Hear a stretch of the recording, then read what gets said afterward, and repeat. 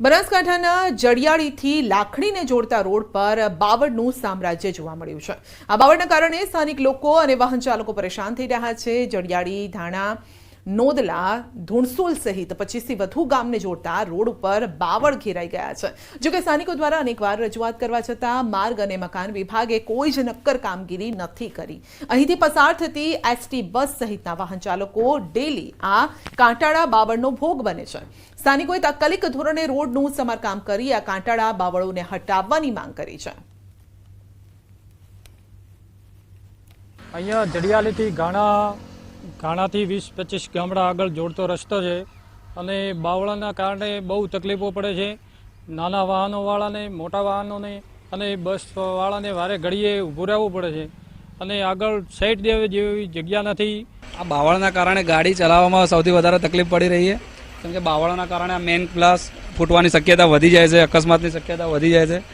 સામેથી આવતી ગાડીઓના કારણે ગાડી પણ બહુ જ ઘસાય છે। અંદર વિદ્યાર્થીઓ હોય, કાંટાઓ આવે, આ તે બધું બાવળો કાપવા માટે પણ જાણ કરેલી છે, તો થોડા બાવળ કપાય, હજુ થોડા કઢાવવાની જરૂર છે।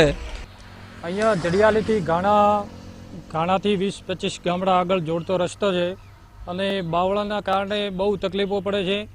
નાના વાહનોવાળાને, મોટા વાહનોને અને બસવાળાને વારે ઘડીએ ઊભું રહેવું પડે છે અને આગળ સાઈડ દેવા જેવી જગ્યા નથી।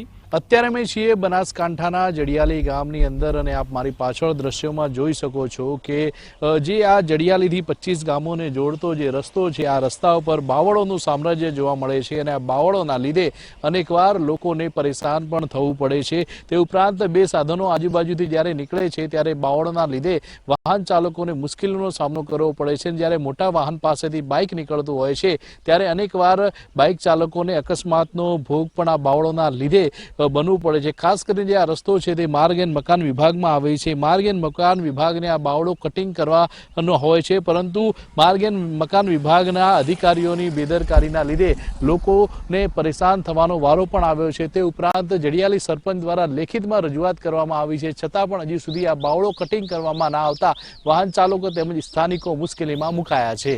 કિશોર તુવર, ન્યૂઝ 18 ગુજરાતી, બનાસકાંઠા। બુલેટિનમાં આગળ વધીશું નાનકડા બ્રેક બાદ।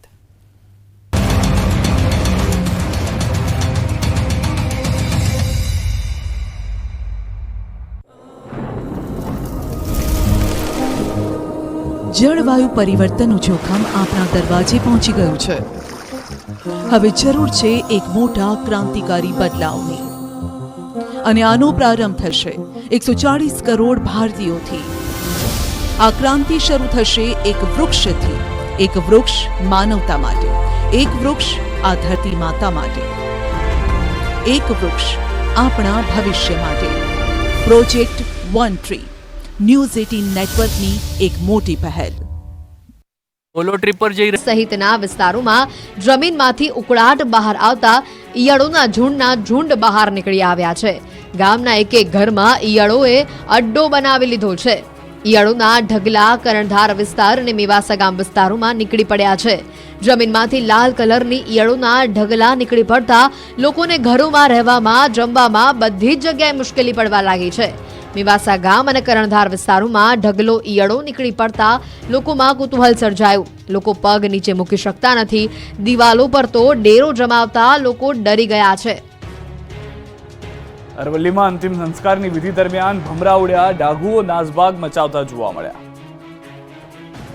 અરવલ્લીમાં અંતિમ સંસ્કાર દરમિયાન અચાનક જ ભમરા ઉડતા ડાઘુઓ અને સ્મશાનમાં હાજર લોકોમાં નાસભાગ મચી। 35થી વધુ લોકોને ભમરાઓએ ડંખ મારતા હોસ્પિટલે ખસેડવાની ફરજ પડી। અરવલ્લીના કમઠાડિયા ગામે સ્મશાનમાં અંતિમ સંસ્કાર માટે આખું ગામ ભેગું થયું હતું, ત્યારે અચાનક જ ભમરાએ આતંક મચાવતા અફરાતફરીનો માહોલ જોવા મળ્યો। અંતિમ વિધિ માટે સ્મશાનમાં ગયેલા કેટલાક ગામ લોકો પર ભમરાનું ઝુંડ ત્રાટક્યું હતું। અચાનક ભમરા ઉડતા આસપાસના વિસ્તારમાં અફરાતફરીનો માહોલ ઉભો થયો। ભમરાના ઝુંડે 35 લોકોને નિશાન બનાવ્યા। ડંખને લઈને કેટલાકને અસર થવાને લઈને 108 એમ્બ્યુલન્સ બોલાવવામાં આવી અને સારવાર માટે ખસેડવામાં આવ્યા। તમામ લોકોની કોટેજ હોસ્પિટલ ભિલોડા ખાતે સારવાર કરવામાં આવી રહી છે। ચોમાસાની પ્રગતિ સાથે અમદાવાદ જિલ્લામાં ડાંગરનું વાવેતર જોશમાં, ખેડૂતો રોપણીને કામે લાગ્યા। રાજ્યમાં ચોમાસુ પ્રગતિ પર છે। સારા વરસાદની શરૂઆત થતા ખેડૂતોમાં આનંદની લાગણી છવાઈ ગઈ છે। ત્યારે અમદાવાદના ગામડાઓમાં વાવણીનો ધમધમાટ શરૂ થઈ ગયો છે। ખેડૂતોએ વાવેતરની શરૂઆત કરી દીધી છે, ત્યારે ડાંગર પકવતા ખેડૂતોએ પણ વાવેતર શરૂ કર્યું. અમદાવાદ જિલ્લાના ખેડૂતોએ ડાંગરનું પુષ્કળ પ્રમાણમાં વાવેતર કર્યું છે. સાણંદ, વિરમગામ, ધોળકા અને દસક્રોઈ તાલુકાના ખેડૂતોએ વરસાદ બાદ ડાંગરની ખેતી કરી છે. અમદાવાદ જિલ્લાના 90% ખેડૂતો ડાંગરની ખેતી કરે છે. હવે બીજા રાઉન્ડમાં સારો વરસાદ થાય તેની આશા તેઓ સેવી રહ્યા છે. જો કે હાલ સિંચાઈ અને બોરવેલ સુવિધાવાળા ખેડૂતો પ્રથમ વરસાદ બાદ વાવેતર શરૂ કર્યું છે, જેમાં 15 થી 20% જ ખેડૂતોએ વાવેતરની શરૂઆત કરી, જ્યારે મોટાભાગના ખેડૂતો હવામાન વિભાગે કરેલી આગાહી અનુસાર વરસાદની આશાએ વાવેતર કરવા માટે બેઠા છે. ગત વર્ષ કરતા આ વર્ષે બિયારણ, ખાતર, ખેડામણ, દવા સહિતની સામગ્રી પણ 15 થી 20% મોંઘી થઈ છે. ગત વર્ષે ડાંગરના 1 વીઘા વાવેતરનો ખર્ચ 1500 થી 2000 રૂપિયા થયો હતો, જે આ વર્ષે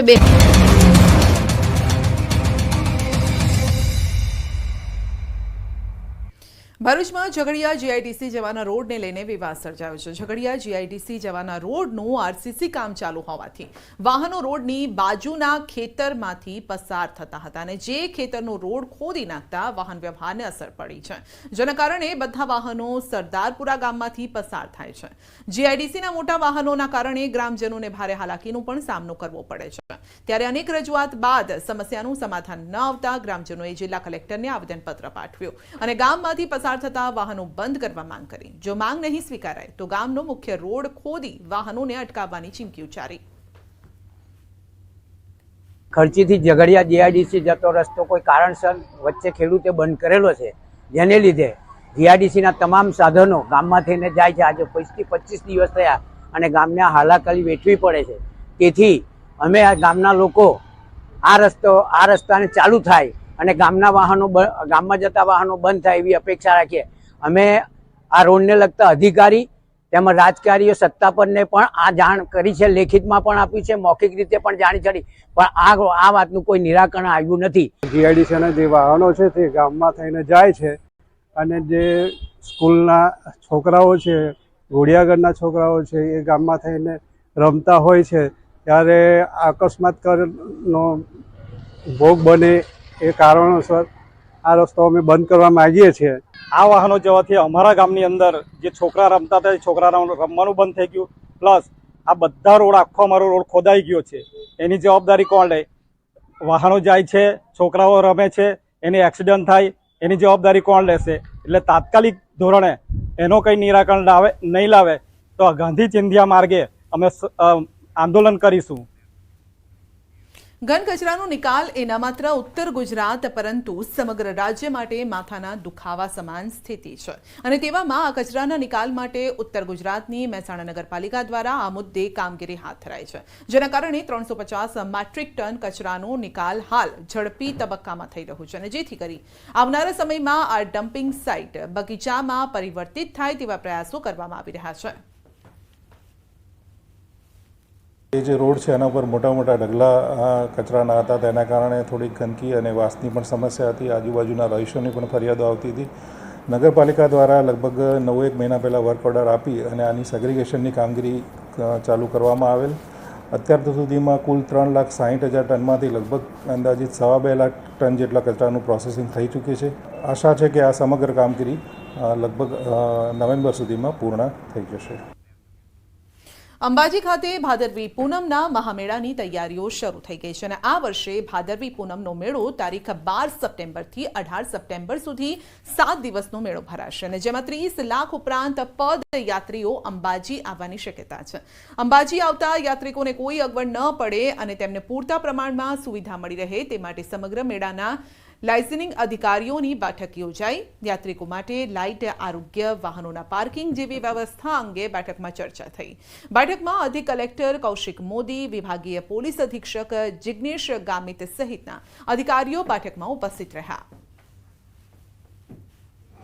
7 દિવસ જેટલો આ મેળો ચાલતો હોય છે. ભાદરવી પૂનમ આ વખતે 12 થી 18 સપ્ટેમ્બર દરમિયાન આ મેળાનું આયોજન થશે અને એ માટેની તૈયારીઓ અત્યારથી જ વહીવટીતંત્ર તરફથી, મંદિર ટ્રસ્ટ તરફથી, યાત્રાધામ વિકાસ બોર્ડ તરફથી શરૂ થઈ ગઈ છે. રશિયા યુક્રેન યુદ્ધમાં માર્યા ગયેલા સુરતના યુવકના પરિવારોને રશિયા 1.30 કરોડ આપશે અને હાલ રશિયાએ યુવકના પરિવારના ખાતામાં 45 લાખ જમા કર્યા છે. એટલું જ નહીં, પરિવારને રશિયન નાગરિકતા પણ ઓફર કરાઈ છે. યુવકના પિતા રશિયન નાગરિકતા પણ સ્વીકારશે. 6 મહિના પહેલા યુક્રેનના ડ્રોન હુમલામાં હેમિલનું મોત થયું હતું. 23 વર્ષીય હેમિલ માંગુકિયા રશિયાના લશ્કરમાં સિક્યુરિટી હેલ્પર તરીકે જોડાયો હતો. અમદાવાદના YMCAમાં વિકસિત ભારતના સંકલ્પ સાથે ગુજરાત ગુણવત્તા સંકલ્પ કાર્યક્રમનું આયોજન કરાયું, જેમાં મુખ્યમંત્રી ભૂપેન્દ્ર પટેલ ઉપસ્થિત રહ્યા. ભારતીય ગુણવત્તા પરિષદે કાર્યક્રમનું આયોજન કર્યું, જેમાં વિવિધ ક્ષેત્રો સાથે જોડાયેલા સફળ લોકોનું CMના હસ્તે સન્માન કરાયું, જેમાં શિક્ષણ, ઉદ્યોગ, આરોગ્ય, પર્યટન, સામાજિક વિકાસ અને e-કોમર્સ જેવા ક્ષેત્રોને આવરી લેવાયા છે. CMએ આ પ્રયાસની સરાહના કરી છે અને કહ્યું છે કે પહેલા ગુણવત્તા શબ્દ ભારતમાં અશક્ય હતો. PM મોદીએ આ શક્ય કર્યો છે.